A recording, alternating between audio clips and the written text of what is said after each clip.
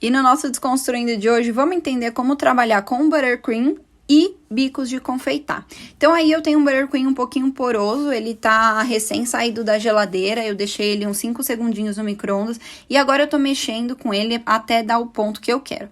Ele tem que ficar cremoso, mas ele tem que ter consistência, ele não pode ficar muito mole, senão o efeito do bico, o desenho, não vai sair bonitinho. E se ele tiver muito duro, vai ficar quebradiço, você não vai conseguir fazer um acabamento bonito. Aí eu tô te mostrando em primeiro lugar o bico 1M da Wilton, que é o bico mais conhecido na confeitaria, que é o que a gente utiliza para fazer as rosetas, tá? Essas rosetas, ele também tem esse mesmo formato num tamanhinho menor, que dá para fazer rosas menores, tá? Então, esse é um bico bem comum, todo mundo sabe aí trabalhar com ele, e ele dá para fazer outros formatos, como esse acabamento em cima do bolo que a gente consegue fazer, ou até a pitanguinha.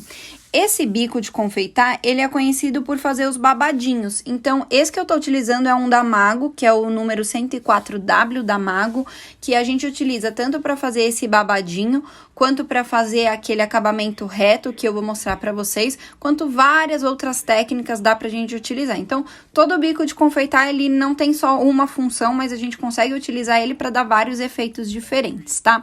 Uma coisa importante no buttercream é que você tem que tomar cuidado, se ele for saborizado com alguma coisa, ele pode entupir no bico de confeitar. E aí, isso vai afetar o resultado do seu acabamento, tá? Mas se ele tiver lisinho, sem nada, você não vai ter dificuldade. Esse outro efeito que eu tô te mostrando com o bico perlé número 12 da Wilton, é aquele efeito que a gente utiliza em bolos de sereia, né? Então, como o bico perlé a gente tem vários tamanhos dele, você também consegue fazer esse efeito de tamanhos diferentes. Outra coisa legal que dá pra fazer com esse bico é esses acabamentos, tanto no topo do bolo quanto na base do seu bolo. Como eu disse pra você, o bico perlé, ele tem vários tamanhos que te permite fazer acabamentos de tamanhos também diferentes, tá? Aí eu tô só exemplificando algumas coisas pra vocês. Se você faz a gotinha menor, você também consegue um efeito menor, né? Um detalhe ali diferente no seu bolo. Então, tudo vai variar do quanto que você tá colocando de creme e também do tamanho do seu bico.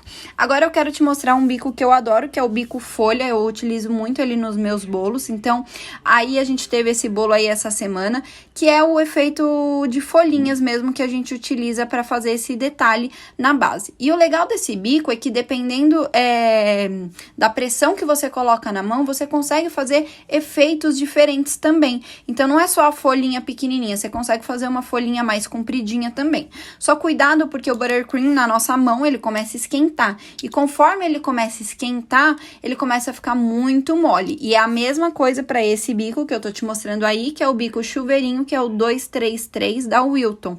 Se ele tiver muito aquecido na sua mão, esse efeito não vai ficar bonitinho. Então, você tem que trabalhar com ele mais firminho pro efeito sair legal. Agora, esse que eu tô te mostrando também é um bico perlé, tá? Só que esse daí é o número 4 da Wilton. Ele fica um efeito super bonitinho pra gente fazer como se fossem florzinhas, sementinhas, ou até aquele coraçãozinho pequenininho, fica super legal também.